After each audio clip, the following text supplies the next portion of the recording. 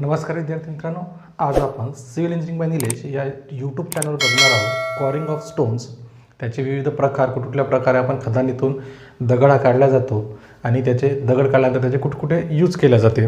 तर चला सर्वात पहिले बघूया की कॉरिंग ऑफ स्टोन म्हणजे काय. कॉरिंग ऑफ स्टोन म्हणजे काय बघा. कॉरिंग ऑफ स्टोन थिंक बट कॉरिंगला काय म्हणतो आपण बघा. कॉरिंग म्हणजे काय, खदान. कॉरिंग म्हणजे काय, तुमची खदान. म्हणजे तुमच्या खदानीतून जो काही आपण दगड काढतो किंवा जे काही स्टोन काढतो तर त्याला म्हणतो नथिंग बट कॉरिंग ऑफ स्टोन. म्हणजे नथिंग बट कॉरिंग ऑफ स्टोन म्हणजे काय, तर खदानीतून तुमचे दगड काढणे त्याला म्हणतो आपण कॉरिंग ऑफ स्टोन. तर खदानीतून जे काही आपण दगड काढू कुठल्या मेथड प्रकारे काढू शकतो, त्याचे 4 मेथड आहे. तर सर्वात पहिले एक मेथड बघा, एस्कॅव्हेशन मेथड.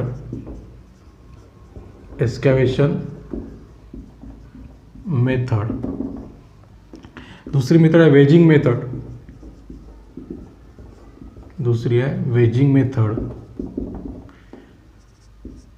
तिसरी आहे हीटिंग अँड बर्निंग मेथड. आणि चौथी मेथड आहे ब्लास्टिंग मेथड. तर या 4 प्रकारच्या मेथडमधून आपण काय करू शकतो, कॉरिंग ऑफ स्टोन. म्हणजे खदानीतून स्टोन काढण्यासाठी आपल्याकडे 4 मेथड अवेलेबल आहे. त्यामध्ये पहिले बघा, सर्वात जर पहिले बघितली आपण एस्कॅव्हेशन मेथड. तर एस्कॅव्हेशन मेथडमध्ये काय, तर एस्कॅव्हेशन मेथडमध्ये आपण असं करू शकतो की जो तुमचा स्टोन आहे किंवा जो तुमचा दगड आहे तो काय मातीखाली दबला गेलेला आहे. म्हणजे एखादा स्टोन जर मातीखाली दबला गेलेला असेल त्याला रिमूव्ह करण्यासाठी जी काही मेथड वापरली जाते ती आपली एस्कॅव्हेशन मेथड. त्यामध्ये डिफरंट टाईपचे टूल्स तुम्ही वापरू शकता. ठीक आहे. त्यानंतर बघा वेजिंग मेथड. म्हणजे एस्कॅव्हेशनमध्ये एवढं काही सांगण्यासारखं नाही आहे की जे काही मातीखाली दबलेला दगड आहे त्याला काढण्यासाठी जी काही मेथड वापरली जाते ती झाली तुमची एस्कॅव्हेशन. एस्कॅव्हेशन करण्यासाठी आपल्याला जे काही इक्विपमेंट लागू शकते ते आपण त्यामध्ये यूज करू शकतो. त्यानंतर बघा वेजिंग मेथड. वेजिंग म्हणजे काय, तर बघा वेजिंग मेथड कुठं आहे, तर waging method it is suitable for nothing but sedimentary rock. कुठल्या रॉकसाठी सुटेबल आहे, तर वेजिंग मेथड हे तुमच्या सेडिमेंटरी रॉकसाठी सुटेबल मेथड आहे वेजिंग मेथड. आता वेजिंग मेथडमध्ये आपण करतो काय बघा, तर वेजिंग मेथडमध्ये तुमचा सेडिमेंटरी रॉक्स आहे. तर आपण सेडिमेंटरी रॉक्समध्ये काय करतो, तर इथे होल करतो. सेडिमेंटरी रॉकमध्ये काय करतो आपण, होल करतो. हे होल असते तुमचे 10 ते 15 सेंटीमीटरचे होल असते. दोन्ही साईडनी 10 ते 15 सेंटीमीटरचे होल आहे. आणि याचं स्पेसिंग असते, इंटरनल स्पेसिंग हे 10 सेंटीमीटर. तर या होलमध्ये आपण काय करतो, या होलमध्ये आपण स्टील पिन लावतो. दोन्ही साईडनी स्टीलचे पिन त्यामध्ये फिक्स करतो. आणि स्टीलचे स्पिन फिक्स केल्यानंतर काय, तर स्टीलचे स्पिन यामध्ये ठोकल्यानंतर काय करू शकतो, मग आपण या स्टीलचे स्पिन यामध्ये ठोकल्यानंतर काय होणार, यामध्ये जर स्टीलचे स्पिन आपण ठोकले तर कशाने ठोकू, बाय हॅमरने ठोकू. वेजिंग मेथड कुठे यूज होते, तर वेजिंग मेथड होते तुमच्या सेडिमेंटरी रॉक्समध्ये यूज होते. सेडिमेंटरी रॉक्समध्ये आपण काय करतो, तर या मेथडमध्ये nothing but by chisel and hammer. एखादी छन्नी, म्हणजे आपण काय करू शकतो, आपली ही जी काही चिजल म्हणजे छन्नी आहे तुमची, आणि हॅमरमध्ये तुम्हाला माहीतच आहे, हे छन्नी या लेअरमध्ये बसवून त्याला काय करू शकतो, तर त्या लेअरमधून सेडिमेंटरी रॉकला सेपरेट करू शकतो. तर हे झालं कुठल्या मेथडनी, तर हे झाली तुमची वेजिंग मेथड. म्हणजे जे वेजिंग मेथड अशी मेथड की ज्यामध्ये छन्नी आणि हातोडी यूज केल्या जाते, नथिंग बट वेजिंग. पण यामध्ये लक्षात ठेवा की यामध्ये आपण काय करतो, तर डायमीटर्स ऑफ होल करतो 10 ते 15 सेंटीमीटरचे. आणि डायमीटर्स ऑफ होल 10 ते 15 सेंटीमीटर केलं का त्या 2 होलमधलं सपोज स्पेसिंग किती आहे, 10 सेंटीमीटर. त्यामध्ये एक स्टील पिन ठोकलं जाते. स्टील पिन ठोकलं जाते बाय तुमचं हॅमर अँड चिजल. तर त्यानुसार मग या बाय हॅमर अँड चिजल वापरून जर तुमचा लेअर जर सेपरेट होत असेल तर ती झाली तुमची वेजिंग मेथड. त्यानंतर बघा हीटिंग अँड बर्निंग मेथड. तर हीटिंग अँड बर्निंग मेथड काय आहे, तर third method heating and burning method is suitable for small area. कुठे होणार हीटिंग अँड बर्निंग, तुमची स्मॉल एरियासाठी सुटेबल आहे. तर हीटिंग अँड बर्निंगमध्ये काय करतात, ही एक रॉक आहे किंवा ह्या सेडिमेंटरी रॉक्स आहे. ठीक आहे. तर या सेडिमेंटरी रॉकच्या लेअरमध्ये काय करतो आपण, इथे लावल्या जाते, तिथे आग लावल्या जाते. काय लावल्या जाते, आग. ठीक आहे. सेडिमेंटरी लेअरमध्ये आपण काय करतो, सेडिमेंटरी रॉकमध्ये वरच्या थरावर त्याच्या आग लावल्या जाते. आग लावल्यानंतर काय होणार आहे, तर बघा वरचं टेम्परेचर काय राहणार, वरच्या लेअरचं टेम्परेचर काय राहणार, हे तुमचं जास्त राहील. आणि जर याच्या रॉकच्या आतमध्ये टेम्परेचर कसं राहील, आतमध्ये तुमचं टेम्परेचर राहणार कमी. ठीक आहे. म्हणजे जिथे आपण आग लावली तर वरच्या सरफेसला टेम्परेचर जास्त राहणार आणि आगमध्ये आणि रॉकच्या आतमध्ये तुमचं टेम्परेचर काय कमी राहणार. म्हणजे त्याच्यामध्ये काय होतं, त्याला म्हणतो आपण थर्मल व्हेरिएशन, टेम्परेचर कमी किंवा जास्त प्रमाणाने.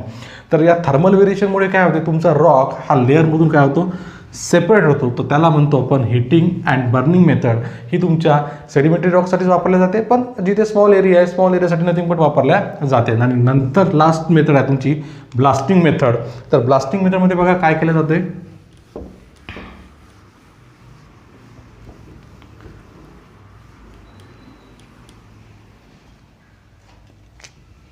चौथी मेथड कुठली तुमची ब्लास्टिंग मेथड. तर ब्लास्टिंग मेथडमध्ये काय केलं जाते, ब्लास्टिंग मेथडमध्ये डिफरंट टाइप्स ऑफ टूल्स वापरल्या जातात. तर सर्वात पहिले बघू आपण त्यामध्ये एक वापरल्या जाणारं जम्पर. जम्पर काय करते बघा, सपोज हा तुमचा एक रॉक आहे, तर या रॉकमध्ये काय करते, जम्पर आपण वापरतो. Jumper it is a tool which is use for to penetrate the hole in to the rock. म्हणजे रॉकमध्ये आपण त्याला होल करण्यासाठी पेनिट्रेट करणारे एक जे इन्स्ट्रुमेंट आहे त्याला म्हणतो आपण जम्पर. तर या जम्पर मी पेनिट्रेट केल्यानंतर काय करू शकतो, मी हे रॉकमध्ये होल तयार करू शकतो. तर बघा याचे डायमेन्शन जे काही आहे होल, आपण म्हणून होलचे जे काही डायमीटर आहे हे किती पाहिजे तुम्हाला, 20 ते 40 mm. आणि त्याची डेप्थ जी आहे ही डेप्थ आहे 1.25 ते 2.5. अशा प्रकारे आपण होल या जम्परनी करून घेतो. मग होल केल्यानंतर काय, आता मी जर या रॉकमध्ये पेनिट्रेट करून काय केलं, मी होल केलं. तर होल केल्यानंतर इथे काय राहणार, होल केल्यानंतर त्याचं काय येणार, तुमची हे डस्ट राहील.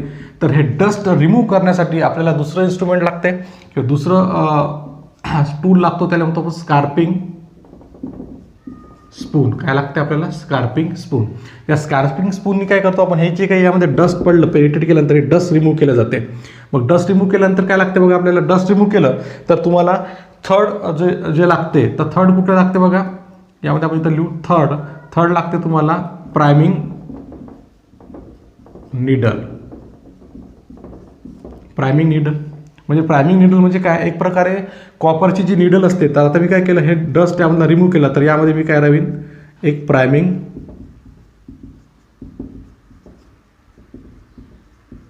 निडल लावेल. प्रायमिंग निडल ही असते तुमची कॉपरची, ठीक आहे. कॉपरची एक प्रकारची निडल यामध्ये या रॉकमध्ये मी काय करीन, प्लेस करीन. मग रॉकमध्ये निडल प्लेस केल्यानंतर आणखी काय करावं लागेल आपल्याला, एक चौथं मटेरियल यामध्ये लागतं तुमचं ब्लास्टिंग मटेरियल. चौथं काय लागते, ब्लास्टिंग मटेरियल.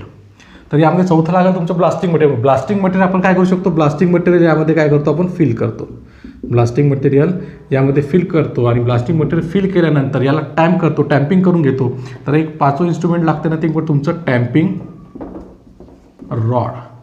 तर टॅम्पिंग रॉड म्हणजे बघा की त्याचं डायमीटर, एका साईडला त्याचा डायमीटर 15 mm असतो आणि एका एंडला त्याचा डायमीटर 10 mm असतो. असा टॅम्पिंग रॉड आहे. याच्यामध्ये आपण त्या टॅम्पिंग रॉडने जे काही ब्लास्टिंग मटेरियल आहे यामध्ये फिल करतो आणि मग ब्लास्टिंग मटेरियल फिल केल्यानंतर मग याला आपण काय करतो, ब्लास्ट करतो. आणि ब्लास्ट केल्यानंतर जो रॉक आहे हा रॉक तुमचा लेअरमधून सेपरेट होतो किंवा त्यापासून आपल्याला नवीन प्रकारचे स्टोन मिळते. पण जी काही ब्लास्टिंग मेथड आहे ही कुठल्या यासाठी सुटेबल आहे, तर blasting method it is suitable for is nothing but sedimentary रॉकसाठी सुटेबल आहे. आणि त्याला म्हणतो आपण एक इग्निशियस रॉकसाठी सुटेबल आहे.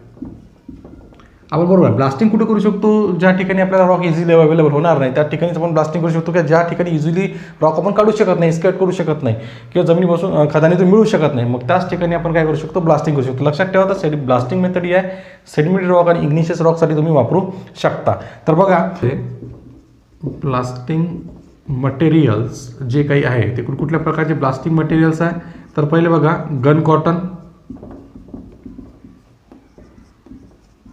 गन पावडर,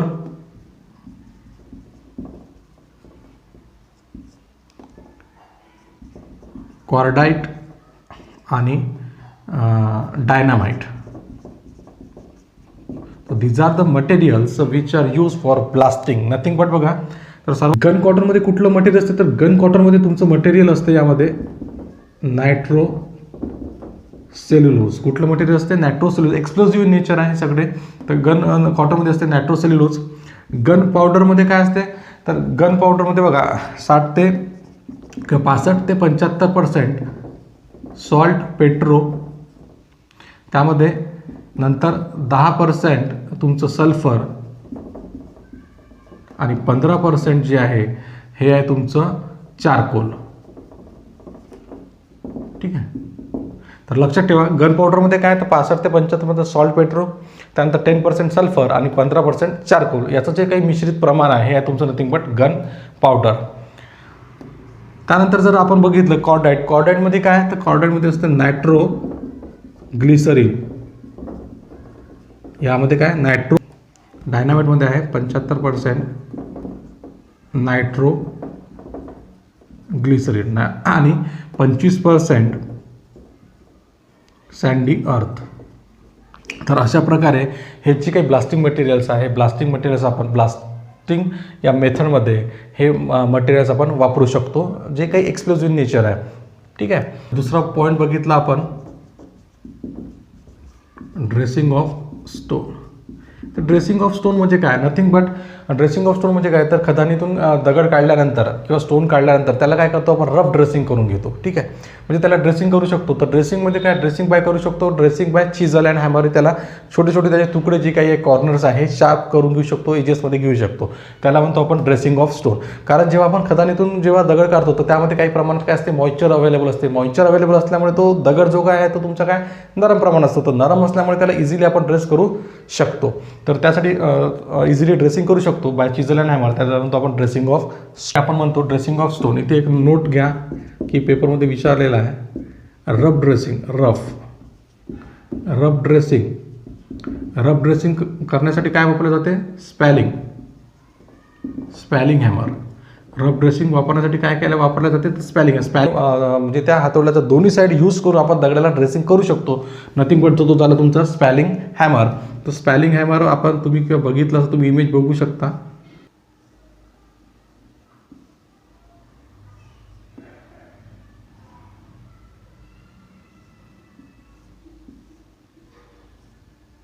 हा जो दिसता हा झाला तुमचा स्पॅलिंग हॅमर. तर अशा प्रकारचा हातोडा की जेणेकरून आपल्या दोन्ही साईडने काही त्याला ठोकता येईल तो झाला तुमचा स्पॅलिंग हॅमर ड्रेसिंग ऑफ स्टोनसाठी. फक्त रफ ड्रेसिंगसाठी कुठला वापरला जाते, spelling hammer.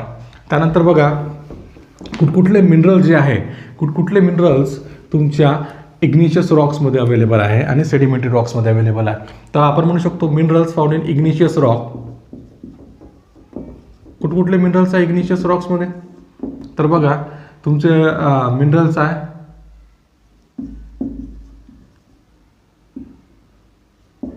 ऑगाइट, chlorite, felspar, quartz, mica, hornblende, plagioclase आणि सर्पेंटाईन. तर these are the minerals which are found in igneous rock. हे जे काही सगळे काही मिनरल्स आहे तुमचे इग्निशियस रॉकमध्ये मिळतात आपल्याला, जसं ऑगाइट, chlorite, felspar, quartz, mica, hornblende, प्लॅगिओ आणि सर्पेंटाईन. तर याच्यामध्ये दोन महत्त्वाचे आहे. तर बघा तर तुमचं काय जो काही तुमचा फेल्स्पार आहे, तर फेल्स्पार काय घेतो आपल्याला, फेल्स्पार इट गिव्स कलर. म्हणजे जो काही इग्निशियस रॉक आहे, इग्निशियस रॉकमध्ये जे काही तुम्हाला कलर मिळते तर कलर कुठल्या घटकामार्फत मिळते तर या फेल्स्पार घटकामार्फत तुम्हाला काय मिळते, कलर मिळते. आणि क्वार्ट्ज काय देते तुम्हाला, क्वार्ट्ज ही जी इग्निशियस मिनरल आहे क्वार्ट्ज ही काय देते तुम्हाला, strength. Quartz give strength in igneous rock. Okay. त्यानंतर बघा त्यानंतर बघू आपण की सेडिमेंटरी रॉकमध्ये कुठल्या प्रकारचे मिनरल्स आहेत.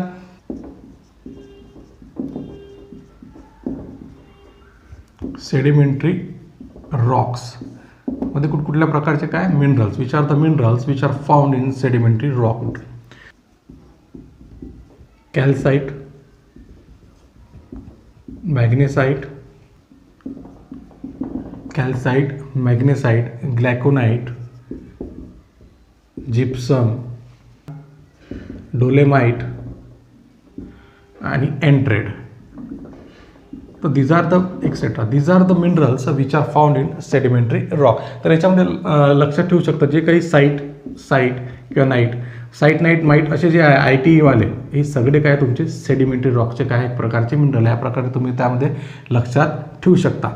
मास, क्लास आणि rock mass rating. Rock mass class that is RMC आणि रॉक मास रेटिंग RMR. तर बघा हे जे काही रॉक मास क्लास आहे आणि रॉक मास रेटिंग आहे, तर हे आपल्याला कोणी दिले, तर रॉक क्लास मार्क आणि रॉक क्लास रेटिंग हे दिलं आपल्याला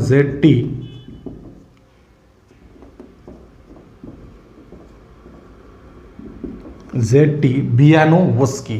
तर कोण दिलं आपल्याला, ZT बियानोव्स्की यांनी 1971 आणि 1972 मध्ये हे रॉक क्लास मार्क आणि रॉक क्लास रेटिंग दिले आहे. तर रॉक क्लास मार्कमध्ये बघा काय आहे, तर सर्वात पहिले आपण जर बघितलं व्हेरी गुड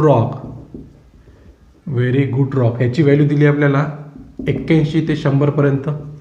त्यानंतर म्हटलं फक्त गुड रॉक, तर गुड रॉकची व्हॅल्यू तुम्हाला दिली आहे 61 ते 80 पर्यंत.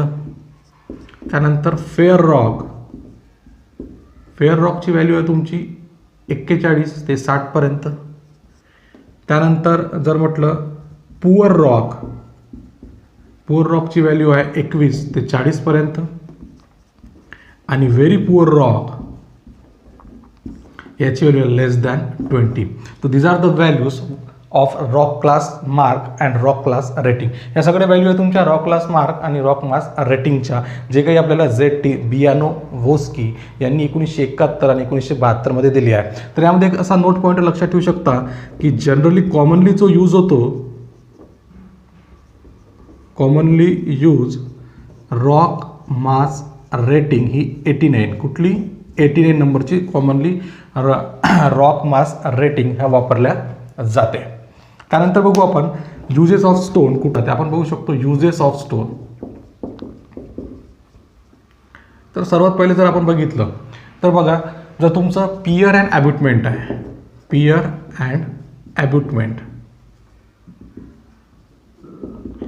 ॲब्युटमेंटमध्ये काय वापरू शकता तुम्ही, granite it is use for pier and abutment. Pier and abutment प्रत्येकाला माहिती असेल, ज्याला माहीत नाही तेव्हा समजा आपला ब्रिज आहे, ब्रिजचे दोन एंड हे असते तुमचे ॲब्युटमेंट, आणि ब्रिजचं मधातलं जर म्हटलं तर त्याला म्हणतो आपण पियर. तर अशा ठिकाणी तुम्ही ग्रॅनाइट वापरू शकता. ठीक आहे. तर त्यानंतर बघा damp proof course DPC and roofing material, जे काही रुफिंग मटेरियल आहे म्हणजे छतासाठी, तर रुफिंग मटेरियलमध्ये तुम्ही वापरू शकता स्लेट हा स्टोन तुम्ही रुफिंग मटेरियलसाठी वापरू शकता, किंवा रॉक तुम्ही त्यामध्ये वापरू शकता. त्यानंतर जर बघितलं आपण तर ऑर्नामेंटल अँड कार्विंग वर्क, म्हणजे जे काही तुमचं सजावटी कार्य आहे किंवा इतिहासकारी कार्य आहे किंवा हिस्टॉरिकल कार्य आहे, यासाठी काय वापरू शकता तुम्ही, तर यासाठी वापरू शकता तुम्ही सँडस्टोन आणि मार्बल. रिटेनिंग वॉलसाठी काय वापरू शकता तुम्ही, तर रिटेनिंग वॉलसाठी तुम्ही वापरू शकता क्वार्टझाईट.